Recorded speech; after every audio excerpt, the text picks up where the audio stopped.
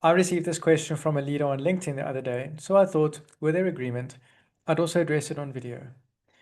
They said, we never get time for the strategic stuff as a senior leadership team because there's always tactical issues that need our attention. What are we doing wrong? Well, first, the fact that you're reflecting and asking openly for input on what you could be missing, that shows awareness. You need this kind of self-reflective behavioral awareness to be effective as a leadership team. And awareness is not enough. So you've known about this problem for a while. You know you need to stop focusing on tactical issues, but I imagine you face real risks if you do. So there's perhaps a kind of passivity happening here, without knowing it, led by circumstance and history, because unless you deal with the tactical issues yourselves, the building might burn down. So the first thing I'd like to explore with you is this. What have you structurally created that keeps producing this problem? How have you designed this unconsciously together? This might speak to meeting design, for example. What topics come into the agenda? What kinds of decisions are being made in the room? What makes people bring those issues to you in the first place? And should they really be addressed by the team? What is a shared decision between you versus something that people just simply need to know about? In leadership teams, there's always a mix of tactical and strategic work. But at what level that work sits is the key question. And that takes us to something more important, which is the purpose of the team. Many senior leaders assume they need to provide leadership on operational and tactical issues in their portfolio, which is fine. But does that mean it needs to be addressed in the executive team time? Can that be done in an offline conversation, made transparent to the team through some specific process? So, what are your executive meetings actually for? That's the question. Who is in the room? Who are the people expected to be there and how do they contribute? What do you spend your time on in order to move the organization meaningfully forward into a strategic advantage? This is about deliberate design.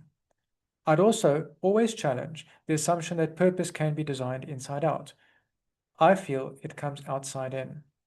So how is this team being used by others in the organization? What do they need from this team? And is this purpose appropriate given where the organization is going? Secondly, what can be delegated to another leadership team that you can design with a different purpose? See, some teams simply need to share information and get updates, not make strategic decisions. The next thing I'm curious about is how strategic work actually gets prioritized. In my experience, in every team I've worked with, from grassroots team level to executives, and honestly in my own practice too, it's almost impossible to stretch into strategic thinking once you've already shaped your mind into a tactical kind of frame for the day.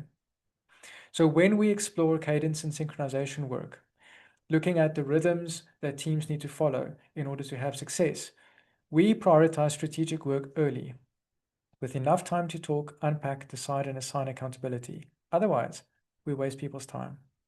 Now, let me be clear. I don't believe that you're doing anything wrong. I suspect you've all come from structures where tactical accuracy was rewarded, where leaders solved burning issues. That was probably the mainstay of your careers. It's likely a structural use of leadership team time that got you this very success that you are building on today. So my question is simply, at what level is tactical work operating? So let me leave you with a final thought.